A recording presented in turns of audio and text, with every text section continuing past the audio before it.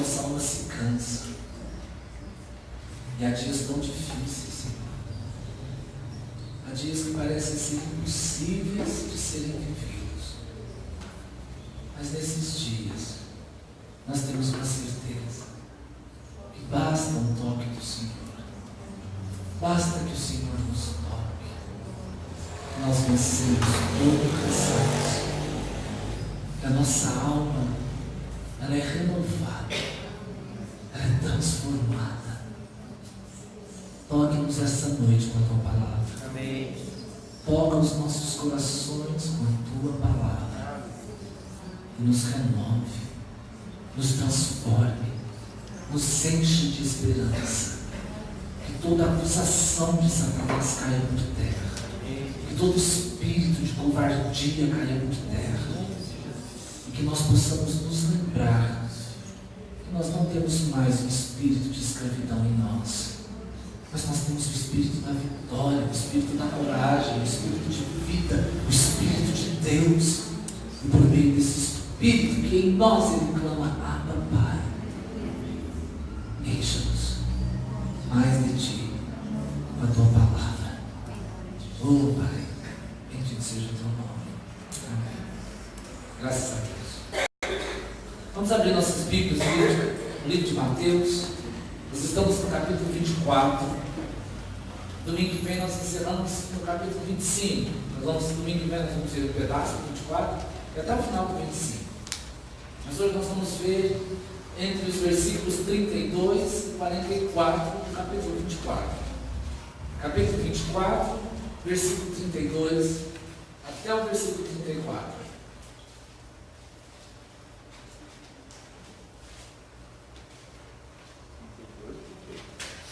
Mateus capítulo 24, versículo 32.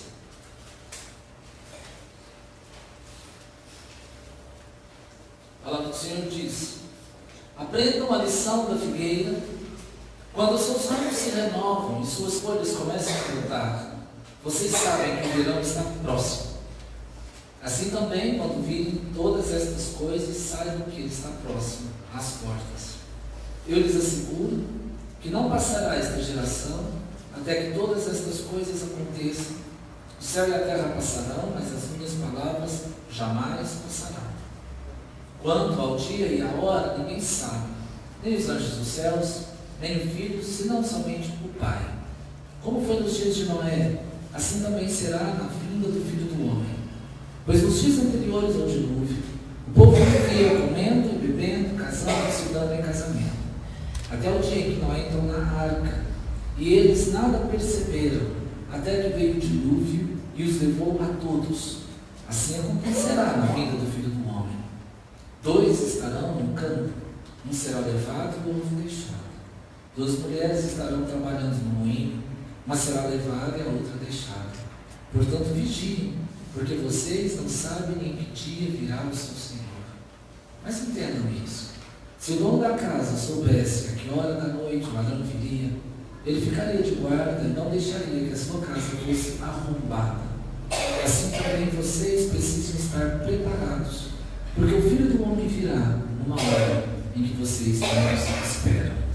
Amém. Palavra do Senhor. No domingo passado, nós lemos no finalzinho do capítulo 23, versículo 37 em diante.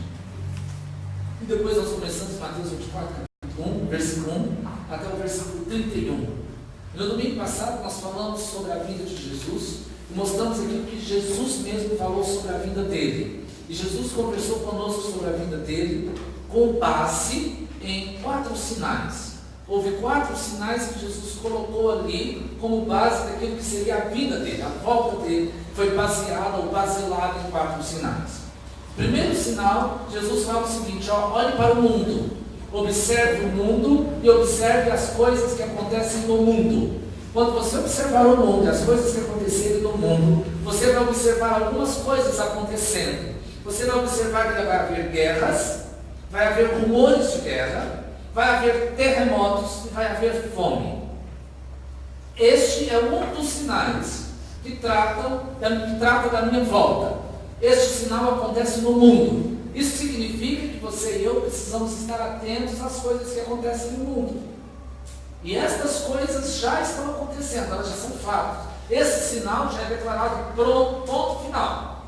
Nós já sabemos que isso acontece, vai permanecer acontecendo. Não vai parar de acontecer. O segundo sinal que ele pede para que nós observemos é a igreja. Olhe para as igrejas. Quem é crente aqui há mais tempo, percebe que há um movimento diferente dentro das igrejas, principalmente no final dos anos 90, já início dos anos 2000. E já existiam essas coisas anteriormente, mas agora essas coisas estão ficando mais latentes, aparecem mais, você vê isso com mais frequência. Jesus vai falar assim que lá na igreja nós vamos ter escândalos. Os escândalos estão dentro da igreja, esses escândalos são pecados. O pecado está na igreja. Hoje, muitas igrejas não tratam mais deste assunto.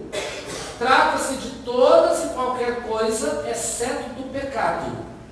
Você vem para receber a bênção, você vem para receber a cura, você vem para receber qualquer coisa, mas não há tratamento de pecado. Você vê que há igrejas que têm programas, e programas, e programas. Eu falo programa não é programa de TV, é o programa que a igreja mesmo faz. E as pessoas que frequentam aquela igreja, elas só frequentam porque elas querem receber uma bênção. Elas só querem receber para si. E é muito difícil a igreja hoje mostrar o lado contrário, que nós precisamos ofertar coisas para o Senhor, não dinheiro, mas ofertar o nosso tempo, o nosso coração, a nossa vida, o tempo de oração, tempo de preparo para os outros irmãos e outras coisas que nós vamos tratar ainda no domingo que vem. E o que nós temos visto muito é o pecado dentro da igreja. Há igrejas hoje que nós não imaginávamos que existisse há um tempo atrás.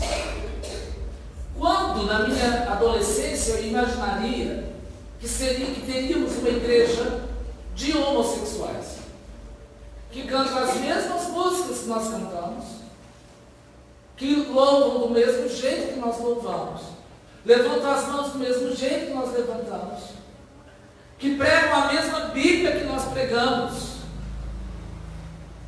mesmo texto bíblico. Eu sou curioso, vocês não sabem, né? Esse dia eu estava escutando uma pregadora, pastora Lana Holder, vou falar o nome dela. Ela estava pregando, eu estava assistindo a pregação dela, porque ela estava ensinando sobre a corte. Ela estava falando que Deus não abençoava o relacionamento sexual entre dois homens antes do casamento, porque eles precisavam guardar o corpo deles em santidade. Desse jeito, irmãos. Está lá no YouTube, você não vai lá assistir. Lana Holder falando sobre corte. A igreja dela tem só homossexuais e lésbicas.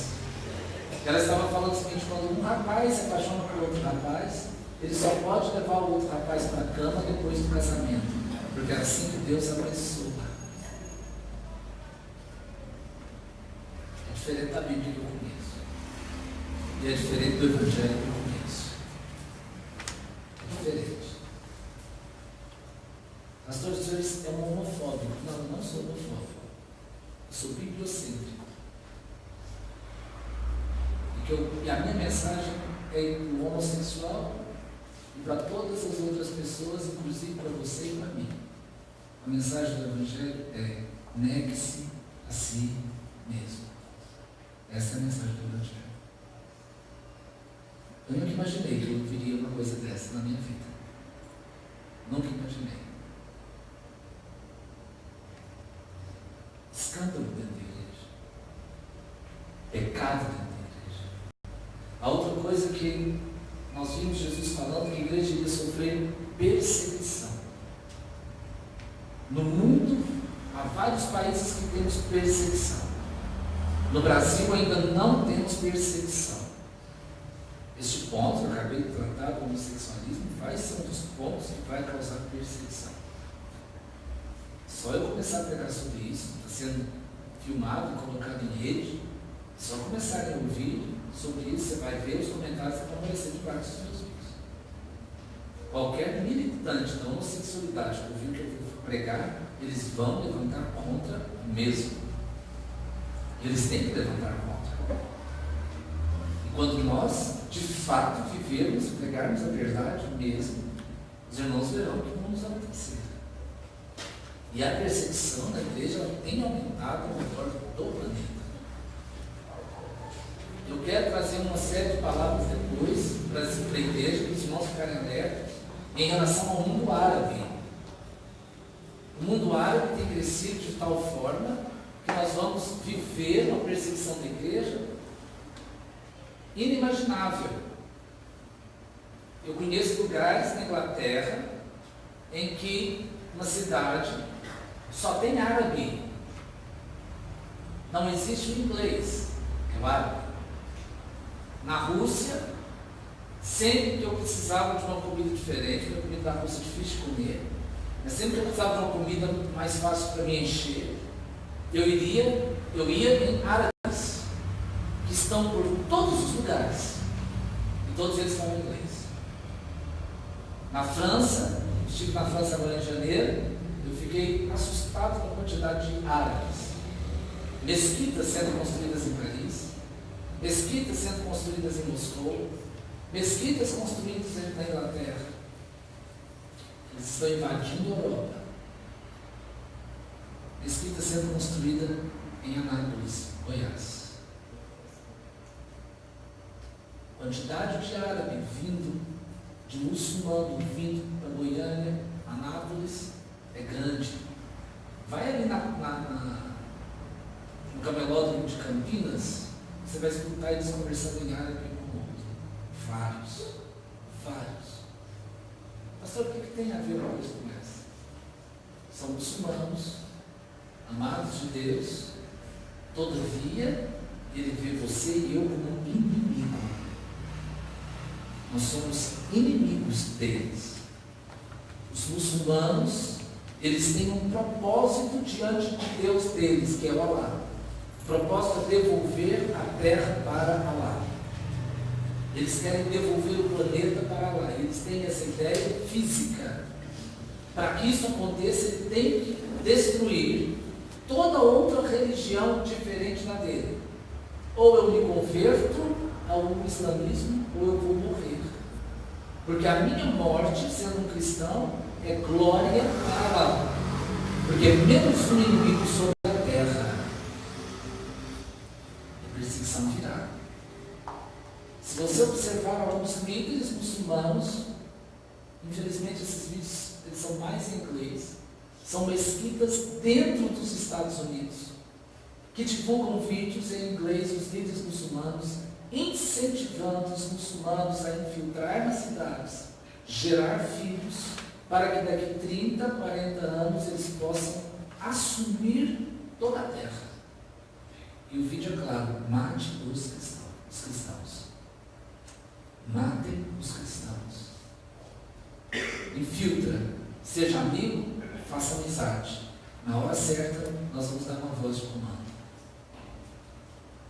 Não quero que nenhum de nós sejamos inimigos dos muçulmanos. A Bíblia diz: do que depender de vós, tenham paz com todos. Eu não quero ver nenhum de nós falando mal dos muçulmanos, mas nós precisamos estar em alerta sobre o que eles vão fazer, para que nós possamos orar por eles. Não para ficar livre da perseguição que nós vamos sofrer, mas nós vamos sofrer esse tipo de perseguição. E quando nós sofrermos essa perseguição, vamos nos alegrar, porque nós vamos saber que Jesus está mais próximo. Pastor, vai ser difícil demais? Vai ser difícil demais, eu sei. Mas é só olhar lá no fim. Igual a mãe que está com um bebê. Ela está sofrendo dor de parto. É difícil demais para a mãe. Eu não preciso vir, mas você já sofreu como mulher. Se te perguntar naquela hora, eu vou fazer o seguinte: a gente mata esse menino e separa para a dor, você falou de jeito nenhum. Por quê? Você sabe que a dor vai passar em breve. E na hora que o neném nasce, os testemunhos das mulheres é o seguinte: parece que toda dor desaparece. Quando você pega o nenenzinho no colo e ele mama em você, você fala assim: nossa, valeu a pena toda a dor. Quando nós entrarmos na glória do Senhor Jesus, nós vamos falar assim: valeu a pena toda a perseguição, todo o sofrimento. Porque a glória, diz o apóstolo Paulo, é muito maior do que o sofrimento que nós sofremos nessa terra. Esse é o sinal da igreja. Depois Jesus fala do sinal da Judéia. O sinal da Judéia é o levante do anticristo. O anticristo vai levantar. É um outro sinal que nós temos. Quem estiver na Judéia, Jesus fala assim: fujam, corram, desapareça, não fique na Judéia. Porque a coisa vai ficar feia por aí. Se vai ficar feia em Minas, Goiás, esquece da Judéia, vai ficar mais feio ainda. Porque vai estar bem próximo do centro do poder. Depois Jesus fala, mas aí vai ter o quarto sinal. O quarto sinal não vai dar tempo de ninguém fazer nada. Porque você vai olhar o sinal, as coisas já vão acontecer. É o sinal imediato. Que é quando o sol se apaga, a luz se apaga, vai ver aquela grande nuvem, vai tampar tudo. E quando se escurecer, se você tem problema de passar mal quando você viaja, já toma o seu caminho, você vai fazer uma viagem imediata. Pega o caminho, toma, você vai desaparecer. Encontrar o Senhor nas nuvens. Você vê isso daí e fala assim: agora. Alguém chamar o celular, colocou e assim: não, agora larga esse celular. É um celular mais forte para chamar por aí. São os 4 sinais que a palavra de Deus fala. Então Jesus, ele fala mais. Olha para mim, deixa eu olhar nesse celular. Está conhecendo a casa nova. Diz o seguinte, Jesus no capítulo 24, 32. Aprendam a lição da figueira. Olha a lição que ele vai nos dar. Quando os seus ramos se renovam e as suas folhas começam a brotar, vocês sabem que o verão está próximo. Isso aqui para mim você não significa nada, porque já não tem pé de figo na região. Então eu não sei que região da figueira é. Mas estudando um pouco sobre a figueira, a gente vai saber o seguinte, que a figueira, quando chega o inverno, todas as folhas caem. Cai tudo. E antes de dar a folha de novo, que só vai dar lá na primavera, ela dá o fruto. Ela dá o fruto antes de dar a folha. Vem o fruto primeiro, é engraçado, né? Quando o fruto vem, começa a dar os brotos, ela fica cheia de brotinho. Você já sabe o seguinte: primavera acabou, o inverno acabou e agora vai chegar o verão. É um sinal. Se nós fôssemos colocar isso aqui num sinal brasileiro, seria o seguinte: preste atenção nos ipês. Quando os ipês florescem, pelo menos aqui em Goiás, né? Quando os ipês florescem, ali no finalzinho do mês de agosto, início do mês de setembro, você viaja aqui para Goiânia, você viaja para Itaporanga, você vê nos campos seco, seco, seco, de repente tem uma árvore amarelinha, amarelinha, amarelinha, amarelinha.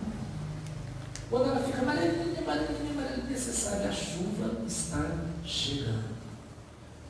E quando as folhas do ipê caem todas, assim, vai chover. Vai chover. A natureza nos dá sinais. E tem outros sinais que eu não sei, porque eu não sou da natureza. Meu sinal é um aplicativo de tempo que fala: segunda-feira vai chover. Esse é o sinal que eu tenho. A Cris tem outros sinais. A Cris tem hora para a gente, essa mulher é uma bruxa, não pode. Ela abre a torneira do tanque, põe a mão e fala assim: vai chover. Eu falei: como é que você sabe? A água está molhada, sempre ela está molhada. Mas agora ela está molhada frio. Eu falei assim: para mim ela é fria todo dia, não faz diferença nenhuma, se eu vou saber. E eu falo para os irmãos e choro. Eu falo para ela, no meu aplicativo fala que não chora, ela fala assim: mas vai chover, está molhado aqui, está frio, e chove. Há sinais. E Jesus está falando de sinais, preste atenção nos sinais. A única coisa que essa figueira nos fala é o seguinte: preste atenção que vai ter um sinal. O sinal no mundo, o sinal na igreja, o sinal na Judéia e o sinal no céu. Esses sinais vão acontecer. E ele fala agora uma coisa muito interessante. Assim também, quando virem todas essas coisas, saibam que ele está próximo. As portas. Do mesmo jeito que você sabe que o verão vem, porque a figueira está dando broto. Do mesmo jeito que você sabe que a chuva vai chegar, porque o ipê floriu. Do mesmo jeito que você sabe que vai chover, porque a água gelou. Você sabe também que eu vou voltar quando você ver o sinal do mundo, o sinal na igreja, o sinal em Jerusalém, o sinal no céu. Pode saber, eu estou chegando. Rapidinho. São sinais da volta dele. E aqui ele diz, e eu lhes asseguro, não passará esta geração até que todas essas coisas aconteçam. Que geração é esta? A geração que verá o sinal. Não é a geração que está conversando ali, eles não viram nenhum desses sinais. Mas é a geração que enxergar esse sinal. Se você e eu estivermos vivos nessa época, você pode ter certeza de uma coisa, mas Cristo levantou. Vou ver o meu Senhor voltar nas nuvens. Eu vou enxergar. Eu faço parte dessa geração. Prepara o pé.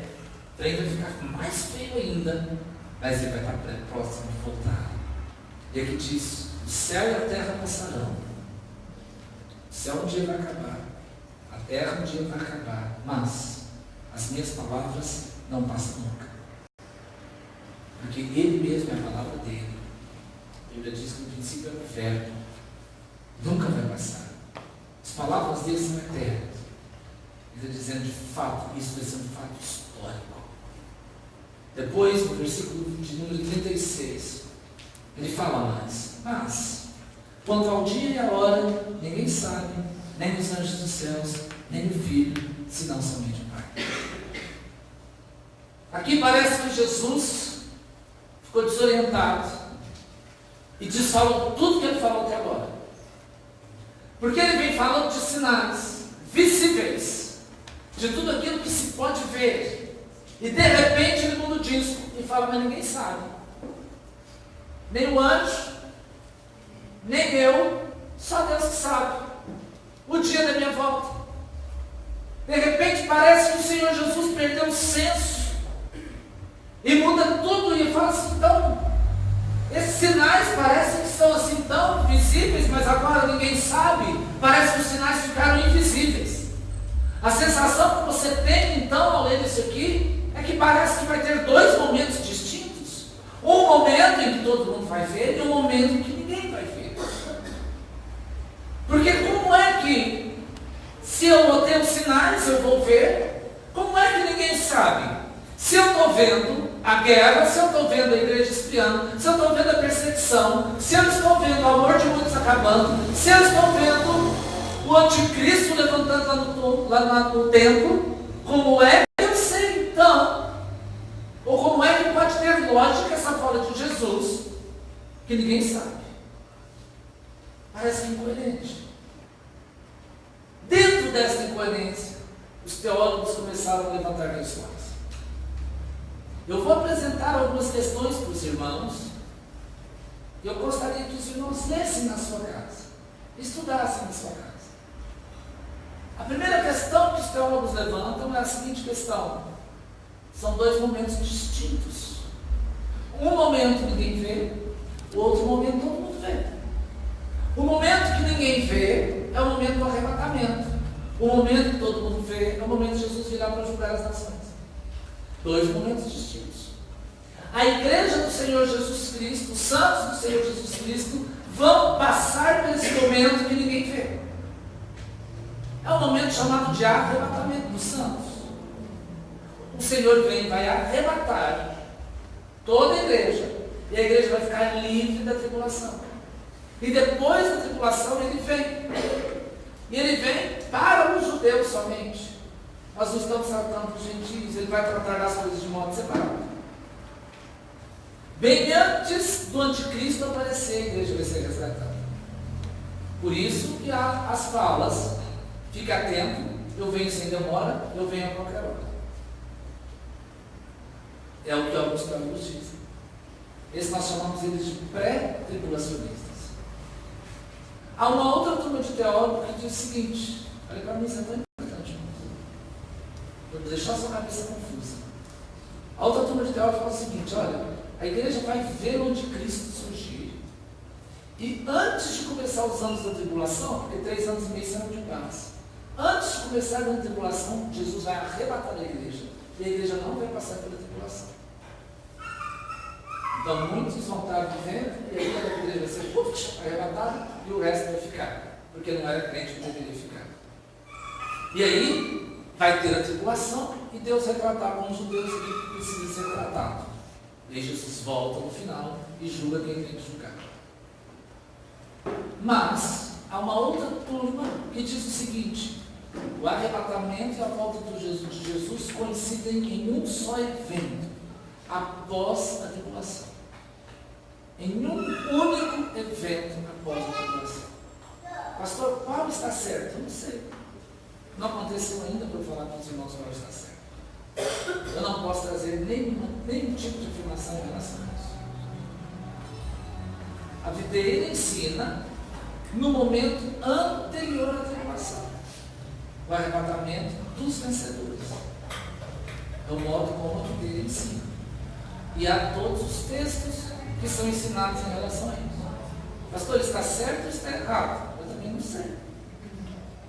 Mas não está errado acreditar assim.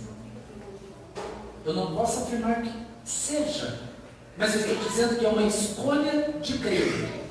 O modo de crer é uma escolha. Se vai acontecer antes ou se vai acontecer depois, não é a questão. Se vai acontecer antes ou se vai acontecer no meio, não é a questão. A questão é outra, que Jesus coloca o foco. Eu estou mostrando aqui para que nós possamos olhar para o foco e não ficarmos perdidos em discussões que não levam a lugar nenhum. Se nós ficarmos, eu não concordo com a visão dos vencedores, eu não concordo com a visão depois, nós perdemos o foco. Vamos para o foco. Vamos voltar para o texto, nós vamos achar o foco. O foco diz o seguinte: Jesus vai explicar o que ele acabou de dizer, que ninguém sabe nem o dia nem a hora. Ele diz então: como foi nos dias de Noé, assim também será na vida do Filho do Homem. O que Jesus está dizendo? Como foi nos dias de Noé, assim também será na vinda do Filho do Homem. Então, Jesus já me contou uma coisa. Ele diz o seguinte: olha, a vinda do Filho do Homem vai ser um evento histórico. O que aconteceu com Noé é um evento histórico. Ninguém pode dizer que não aconteceu o que aconteceu com Noé. Por mais que muitos anos foi levantada a questão da veracidade da história de Noé, foi descoberta, não muito tempo atrás, manuscritos numa língua diferente da língua dos judeus, narrando exatamente a mesma história de Noé. É a mesma história que a Bíblia narra. Quem quiser ler, só você entrar na internet e comprar um livro chamado A Epopeia de Gilgamesh. A Epopeia de Gilgamesh, ela conta a mesma história e não foi escrita por um judeu. É o maior documento, tirando a Bíblia, é o maior documento histórico da existência da Arca de Noé e do dilúvio. E é um documento, junto com a Bíblia, ambos se tornam indiscutíveis. Não podemos discutir como fato histórico. Foi fato histórico a Arca de Noé. Parece loucura na nossa cabeça, imagina um barco cheio de bicho. Pensa, confusão. Papagaio, periquito, elefante, leão, zebra. Imagina que loucura que deve ser isso ali dentro. Que catinga que devia ser. Aqueles pombos voando assim em cima de você. E você tem que sair, né, do rumo deles, ficar tudo sujo, respingado, de cocô de pombo dentro daquela arca. Imagina você dormir à noite sabendo que dentro da arca que você está tem cobra, que pica e é venenosa. Né? É um tigre, tem um elefante. É uma situação assim louca, mas ela aconteceu, um fato histórico. Jesus está falando do mesmo jeito que aconteceu naquela época, vai acontecer também. Então nós precisamos ir para a história de Noé. Lá na história de Noé nós vamos entender. Então vamos lá para Gênesis capítulo 6. Gênesis capítulo 6.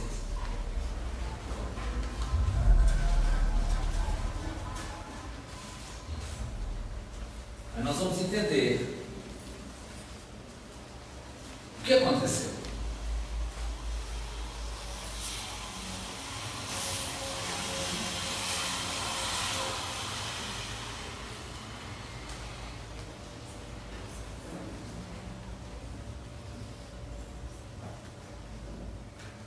primeiro momento que a Bíblia trata de Noé está em Gênesis capítulo 5, versículo 29. A Bíblia diz o seguinte, versículo 28, viveu Lameque 182 anos e gerou um filho a quem chamou de Noé, dizendo, este nos consolará acerca de nossas obras e do trabalho de nossas mãos por causa da terra que o Senhor amaldiçoou. Viveu Lameque depois que gerou Noé 595 anos e gerou filhas e filhos. Foram todos os dias de Lameque 777 anos e morreu. Aos 500 anos Noé tinha gerado Sem, Cão e Jafé. Capítulo 6, nós começamos aqui uma descrição do dilúvio. Não vou ler o capítulo todo, e Deus vai mostrar, a Bíblia vai mostrar que Deus havia ficado muito chateado de ter feito a terra. No versículo 6 diz, então arrependeu-se o Senhor de haver feito o homem sobre a terra, e isso lhe pesou o coração. Disse o Senhor, destruirei sobre a face da terra o homem que criei, tanto o homem como o animal, os répteis, as aves do céu, pois me arrependo de os ter haver feito. Olha Deus dizendo o que ele vai fazer. Eu vou destruir a terra, os homens e os animais. Vou destruir tudo que eu arrependi de fazer. Porém, Noé, achou graça aos olhos do Senhor. São estas as gerações de Noé. Agora diz a Bíblia, ele era homem justo e íntegro em todas as suas ações. E Noé andava com Deus. Olha o que a Bíblia diz. E Noé andava com Deus. Versículo 10. Gerou Noé 3 filhos, Sem, Cão e Jafé. 11. A terra, porém, estava corrompida diante de Deus e cheia de violência. Viu Deus que a terra estava corrompida, pois todas as pessoas haviam corrompido a sua conduta sobre a terra. Então disse Deus a Noé, o fim de todos os seres humanos é chegado perante mim, pois a terra está cheia de violência dos homens, e eu os destruirei com a terra. Agora Deus falando com Noé, faça para ti uma arca de madeira de cipreste, farás compartimentos na arca e revestirás de betume por dentro e por fora. Desta maneira farás, o comprimento da arca será de 300 côvados, a sua largura de 50 e a altura de 30. Farás na arca uma janela e lhe dará um côvado de altura. A porta da arca porás ao seu lado, farás um primeiro, um segundo, um terceiro andares. Eu trago dilúvio sobre a terra para destruir tudo o que tem vida debaixo dos céus, tudo o que há na terra expirará. Contigo, porém, estabelecerei a minha aliança. Entrarás na arca, tu e contigo os teus filhos e a tua mulher, e as tuas mulheres e teus filhos. De tudo que vive, de tudo que é carne, 2 de cada espécie, farás entrar na arca para os conservares vivos contigo, macho e fêmea serão. Das aves conforme as suas espécies, de todos os animais conforme as suas espécies, de todo réptil da terra conforme as suas espécies, 2 de cada espécie virão a ti para os conservares em vida. Leva contigo de tudo que se come e ajunta para ti, e te será para mantimento para ti e para eles. Versículo 22. Assim Noé fez, conforme tudo o que Deus lhe havia ordenado. Versículo 22. Assim Noé fez, conforme tudo o que o Senhor havia ordenado. Olha só. Capítulo 7. Depois disse o Senhor a Noé, entra na arca, tu e toda a tua casa, porque és justo diante de mim nesta geração. De todos os animais limpos levará contigo 7 a 7 machos e sua fêmea. Um dos animais que não são limpos, 2 machos, 2 a sua fêmea. Também as aves do céu, 7 e 7 machos e fêmea, para se conservarem vida, semente sobre a face de toda a terra. Porque passados ainda 7 dias, farei chover sobre a terra 40 dias e 40 noites, e exterminarei da face da terra todos os seres que fiz. Olha o que aconteceu. Primeiro, Deus se arrependeu de ter feito o homem. Todo mundo está me acompanhando? Todo mundo olha para mim, presta atenção. Primeira coisa, Deus se arrependeu de ter feito o homem. Segunda coisa, Deus decidiu destruir a terra. Terceira coisa, Deus falou com Noé.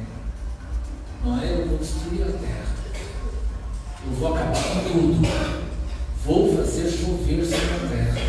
Faça a arca. A Bíblia fala uma coisa importantíssima. E Noé fez tudo o que Deus mandou ele fazer. Depois passou um tempo. Noé fez a arca. Quando a arca estava pronta, Deus falou assim: agora entra dentro da arca. Põe os bichos aí dentro. Segundo a sua espécie, de 2 em 2, de 7 em 7, cada um Deus falou o jeito que ele tinha que fazer. Deus falou assim: põe tudo aí dentro, entra tudo, tudo. Porque eu vou fazer chover daqui 7 dias. Daqui 7 dias vai chover. Vamos voltar, olha aqui. Primeiro Deus se arrependeu. Passado um tempo, a arca estava pronta. Deus falou assim: entra. Daqui 7 dias eu vou chover. Jesus está dizendo aqui no capítulo de Mateus: fim dos tempos vai ser do mesmo jeito. São duas coisas que são idênticas na história de Noé e da história de Jesus. Na verdade, 3. A primeira coisa, são eventos históricos reais. Um evento histórico já aconteceu. O outro, isso é o que vai acontecer. E a outra coisa, na história lá de Jesus, capítulo 24, ele fala o que vai acontecer. Vai acontecer de que o mundo vai ficar bagunçado, de que a igreja vai ficar perseguida, bagunçada, de que o anticristo vai se levantar, e depois nós vamos ter um sinal nos céus. É o que vai acontecer. E em ambas as histórias tem quando vai acontecer. Quando Noé começou a fazer a arca, ele sabia o que iria acontecer, mas ele não sabia quando iria acontecer. Ele sabia que iria chover, mas ele não sabia quando iria chover.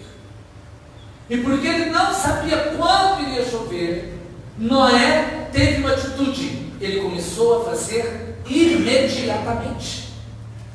A Bíblia diz: e Noé fez tudo o que Deus mandou ele fazer. Por que Noé fez? Porque quando Deus resolveu contar o quando, Noé estava preparado. Noé estava pronto. Imagine você se Noé falar: tá bom, eu sei que vai chover, eu confio no Senhor. Eu tenho certeza que o Senhor não mente, o Senhor é Deus que não mente. E ele não começasse a fazer a arca. E Deus viesse para Noé e falasse: Noé, daqui 7 dias a chuva vai cair. Eu temo que não daria tempo de Noé fazer a arca. Era tarde demais. Quando Deus falou quando para Noé, era tarde demais para fazer a arca. E só ele pode entrar. A arca é individual. A arca não é para todo mundo. Ele e a família dele que devem entrar na arca. Quando Deus falar quando, pode ser tarde demais. Jesus está dizendo o seguinte: a minha volta vai ser como nos dias de Noé. Eu estou dizendo que o quando nem eu sei. Mas eu só sei de uma coisa: quando vocês ouvirem do quando, vai ser tarde demais para se preparar. Por isso já fique preparado. Por isso já se prepare. Porque nós não sabemos quando nós vamos ouvir o quando. Existem sinais. Mas quando ele falar é agora, já é tarde demais. A nossa preparação precisa ser anterior. A nossa preparação precisa ser agora. A nossa preparação precisa ser diária. Porque quando Jesus falar o seguinte, quando Deus falar o seguinte: Jesus é agora, e os céus se escurecerem, a lua, o seu brilho, e o sol apagar-se, e as estrelas caírem, vai ser tarde demais para qualquer um de nós começarmos a preparar. Vai ser tarde demais para qualquer um de nós fazermos alguma coisa. Não vai dar mais tempo de preparo. E muita gente compara essas duas histórias falando o seguinte: Jesus está falando do tempo de Noé, do tempo atual, porque vai haver muito pecado sobre a terra, vai haver muita confusão sobre a terra, mas não é isso que Jesus disse. Olha para o texto lá em Mateus. O texto de Mateus diz o seguinte: como foi nos dias de Noé, versículo 37, assim também será a vida dos filhos do homem. A vida dos filhos do homem vai ser igual nos dias de Noé. Olha como Jesus continua falando. Pois nos dias anteriores ao dilúvio, não no dia de Noé, não no dia do dilúvio, nos dias anteriores, olha os sinais que ele dá.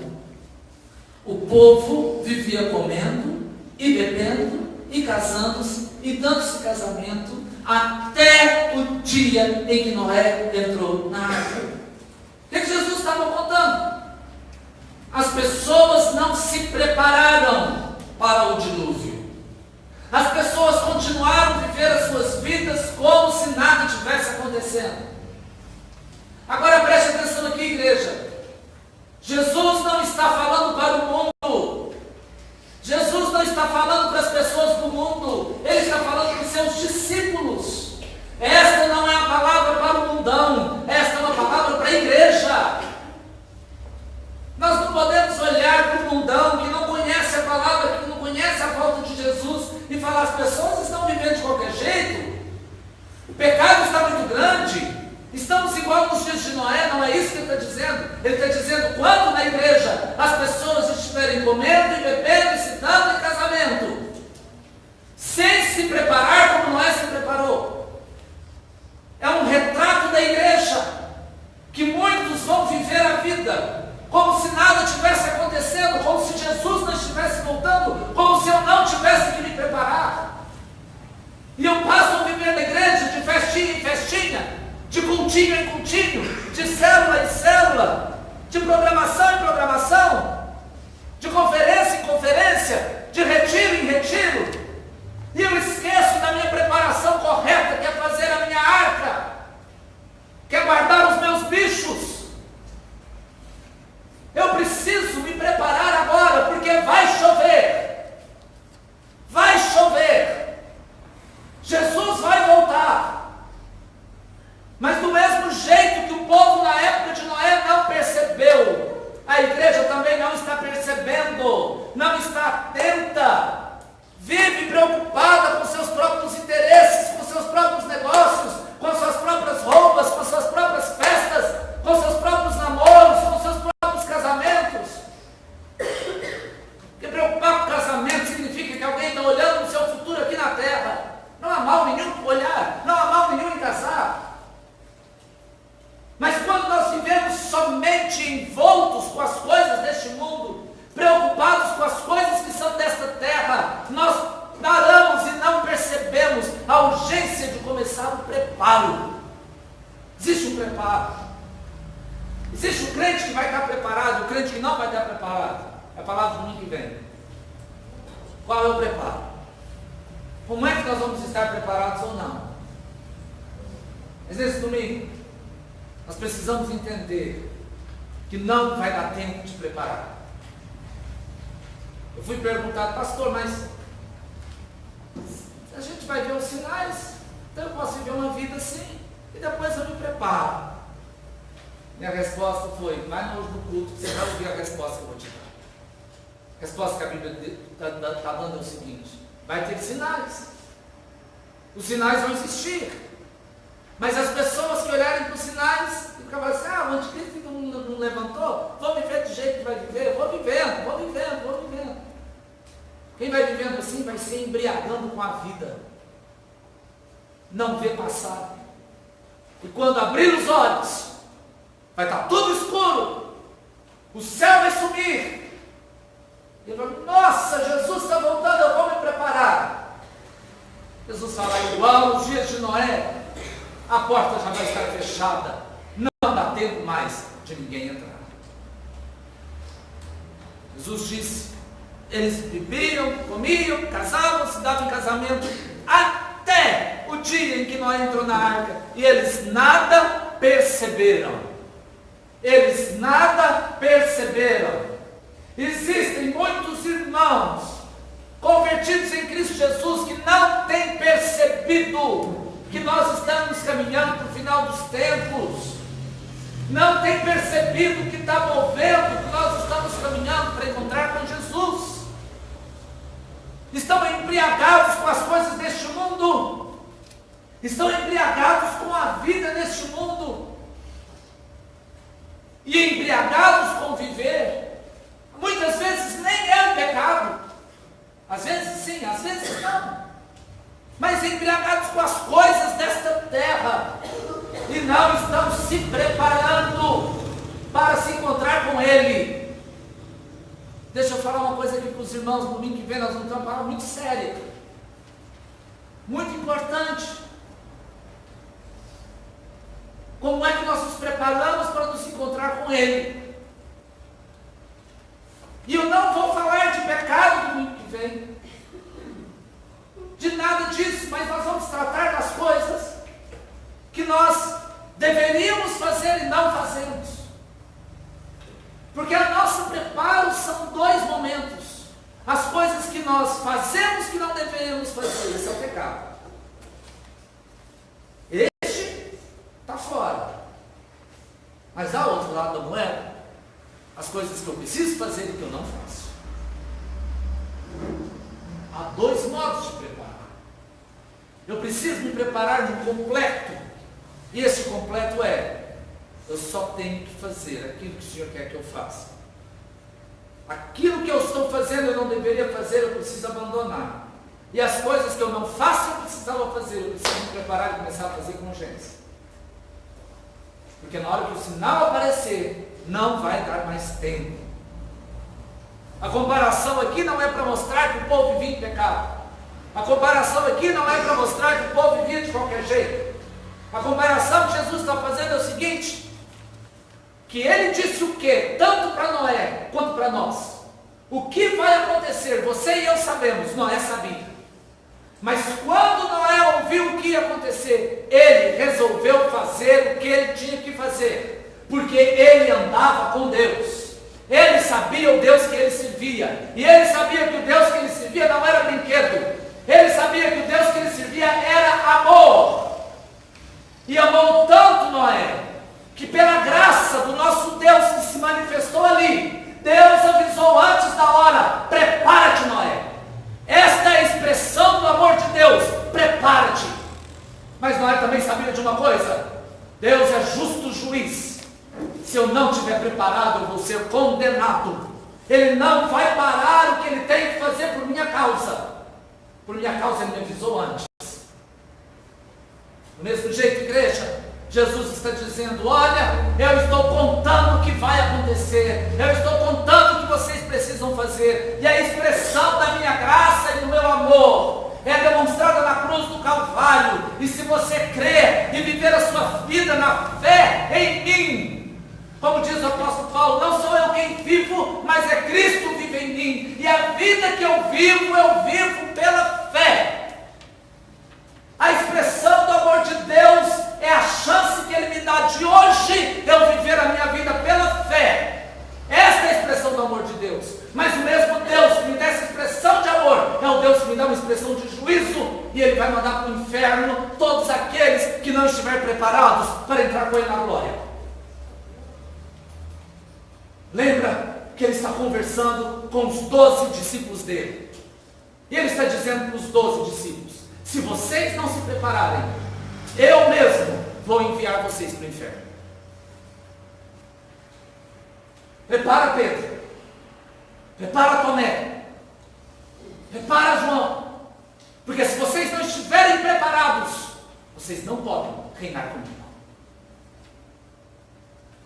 A graça dele é manifesta agora, o amor dele é manifesto agora. O Jesus que salva veio há quase 2000 anos atrás, e Ele se manifesta agora por meio do Espírito Santo. Agora é o tempo da graça do nosso Senhor. Mas virá o tempo do juízo. Virá o tempo que Ele virá com juízo. E quando Ele voltar nas nuvens, não voltará o Jesus Salvador, mas voltará o justo juiz, que vai mandar todos aqueles que não estiverem preparados, inclusive eu e você, para o inferno. Mas se nós estivermos preparados, venha comigo, vamos festejar juntos. Esse é o tempo da graça. Quer um amor maior do que esse? Ele nos avisou antes da tragédia que ia acontecer. Ele nos avisou antes: prepara, arruma suas vidas, sua coisa. Fica preparado. Deus, é muito difícil ser preparado. Não, preocupa não. Eu te dou o Espírito Santo, o meu Espírito dentro de você, e Ele vai te ajudar a ficar preparado. Essa manifestação da minha graça. Mas eu não consigo, Senhor. Não precisa preocupar. Não é pelo seu esforço, não é pelo seu trabalho, é pela sua fé, que o meu Espírito está dentro de você. E só você deixar o meu Espírito trabalhar dentro de você, mexer com o teu coração, mexer com o teu pensamento, mexer com a tua alma. Deixa o meu Espírito, deixa o meu Espírito. Eu estou te dando aviso, eu estou te dando a rota de fuga, eu estou te dando o plano de fuga. Eu só não vou te contar a hora, mas fica pronto. Arruma uma linha, põe o Dramin no bolso. Vai ser uma viagem alucinante. Mas, quando eu falar, vamos, não vai dar tempo de você se preparar. Não vai dar tempo mais. Foi igual aconteceu nos dias de Noé. Eu avisei antes. Prepara, prepara, prepara, prepara. Porque quando eu falei, vamos, não dava tempo mais de preparar. Não tinha mais condições de preparar. Noé estava preparado. Noé estava pronto. Por isso que ele se salvou do dilúvio. Jesus fala. E assim acontecerá na vinda do Filho. 2 estarão no campo. Um será levado e outro deixado. 2 mulheres estarão trabalhando no moinho. Uma será levada e outra deixada. Portanto, vigiem, porque vocês não sabem em que dia o seu Senhor virá. Há muito pensamento teológico nesse texto. Existe uma linha da teologia que fala que os santos serão levados e os não santos serão deixados. Existe uma outra linha da teologia que fala os não santos serão levados e os santos serão deixados. Eu leio esse texto e falo assim, pode ser um, pode ser o outro. Quem fala que o santo vai e o não santo fica, dá para entender assim. Quem fala que o não santo vai e o santo fica, dá para entender assim. O não santo, essa teoria fala que ele vai ser retirado da terra para ser lançado no inferno. Dá para entender assim. Não é isso que Jesus está dizendo. Jesus está usando uma linguagem metafórica para dizer o seguinte: eu vou separar. Vai haver separação. Eu vou separar os meus daqueles que não são meus. Do mesmo jeito que eu separei Noé daqueles que não eram meus. Não importa se o Senhor vai me levar para Ele, ou se Ele virá para ficar comigo e tirar aqueles que não são dele. O que me importa é ficar com Ele. É isso que me importa. Eu quero é ficar com Ele. E o que Ele está dizendo é: eu vou separar os preparados dos não preparados. Eu vou separar. Não vai ficar junto mais. Ele fala: vigiem, vocês não sabem. E ele termina esse pedaço. Porque primeiro esse momento, até o versículo 31, é um texto tão lindo. A estrutura dele é tão perfeita. Até o versículo 31 ele diz o que vai acontecer. Do versículo 32 ao 44, ele faz uma transição para dizer: fique preparado. E a partir do versículo 45, ele vai nos contar como é que nós devemos nos preparar. Quem são os preparados? Qual é a característica daquele que está preparado? Domingo que vem, irmãos. Não perca as cenas do próximo capítulo. É impactante, o Senhor vai falar conosco. Mas aqui ele diz: entendam isso. Se o dono da casa soubesse a hora da noite que o ladrão viria, ele ficaria de guarda e não deixaria que sua casa fosse arrombada. Assim também vocês precisam estar preparados, porque o Filho do Homem virá numa hora em que vocês menos esperam. Sabe de uma coisa, querido? O ladrão só assusta aquele que não está preparado. E ele está dizendo para nós o quê? Preparai-vos. Preparai-vos, porque eu vou chegar igual ladrão. Não é somente inesperadamente, mas o ladrão vem para roubar coisas preciosas. Assim comigo, ladrão só rouba tesouro. Agora deixa eu te perguntar, quem é o ladrão dessa história aqui? Quem é o ladrão dessa história? Jesus. Ele vem roubar o quê? Tesouros. Quem é o tesouro dele? Aqueles que estiverem preparados. É isso que ele está dizendo. Eu virei como um ladrão. Eu vou roubar os meus tesouros do mundo. Naquela época, como os dias de hoje, este mundo tem um príncipe chamado Satanás. Jesus disse lá no livro de João: lá vem o príncipe deste mundo e ele nada tem em mim. Jesus está dizendo: eu vou roubar deste mundo o meu tesouro. Eu vou roubar as minhas preciosidades. Imagina você que é um bom funcionário, um bom amigo, um bom colega. Você ser roubado do seu patrão. Que prejuízo terrível vai ser para ele. Para este mundo, nós sermos roubados vai ser a coisa mais triste para todo mundo. Quando nós formos roubados daqui, nós já vamos estar apontando ali. E o anticristo, que sabe da história, vai dizer: nós estamos fritos. Porque nós vamos estar preparados. O tesouro. Eu virei igual um ladrão para roubar o meu tesouro. Então fica pronto. Vira o tesouro para eu te roubar. Fique precioso para eu te roubar. Seja uma pérola, uma pedra preciosa para eu roubar você para mim. Eu virei como um fogo para te roubar. E você fala: o que eu preciso fazer para ser essa pérola preciosa? Ele vai falar: creia, você será salvo pela graça. Creia e permaneça crendo. Queria terminar a ministração de hoje lendo o texto de Oséias, capítulo 6, versículo 3. Os irmãos podem ficar de pé para nós irmos de pé. Em seguida nós vamos cantar, nós vamos fazer uma oração, cantar a canção do domingo passado.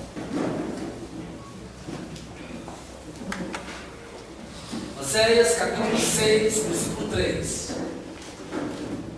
Este texto do profeta Oséias, o profeta Oséias está profetizando o nascimento de Jesus. Olha que legal. Ele está profetizando a primeira vinda de Jesus. Pode deixar Mateus mesmo um pouquinho. A primeira vinda de Jesus. O nascimento dele. E ele profetiza e ele fala que ia ter uma confusão. Ia ser difícil. As coisas não iam ser fáceis. O cenário do nascimento de Jesus não ia ser bonito.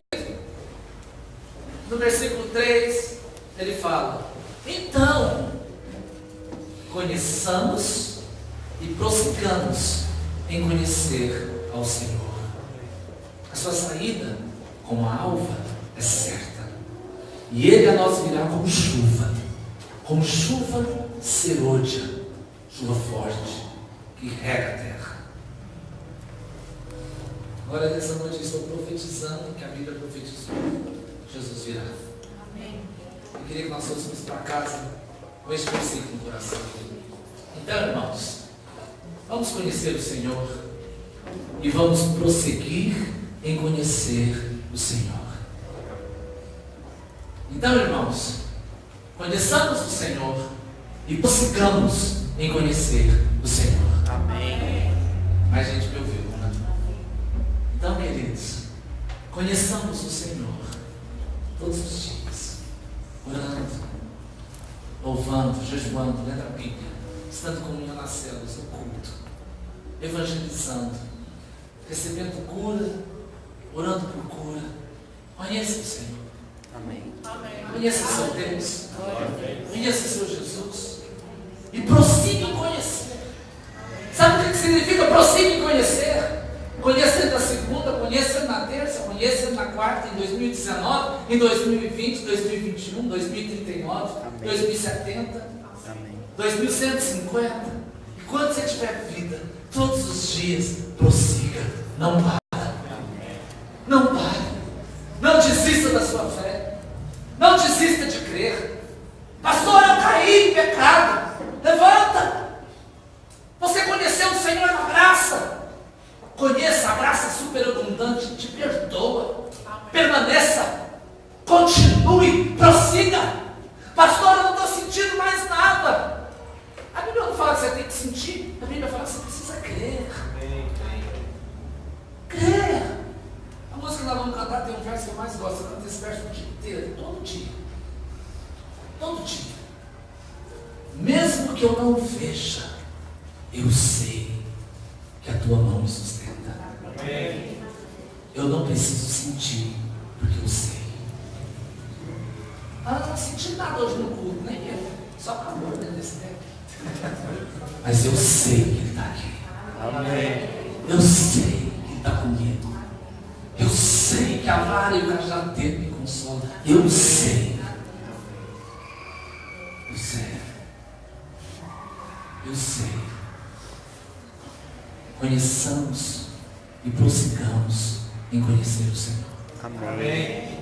Se a sua fé está fraca, você vem num culto um dia, falta 10, volta. Faz isso não. Prossiga. Prossiga. Em dia de chuva, com energia, sem energia, de calor, de frio, prossiga. Com vida, com doença, com morte, prossiga.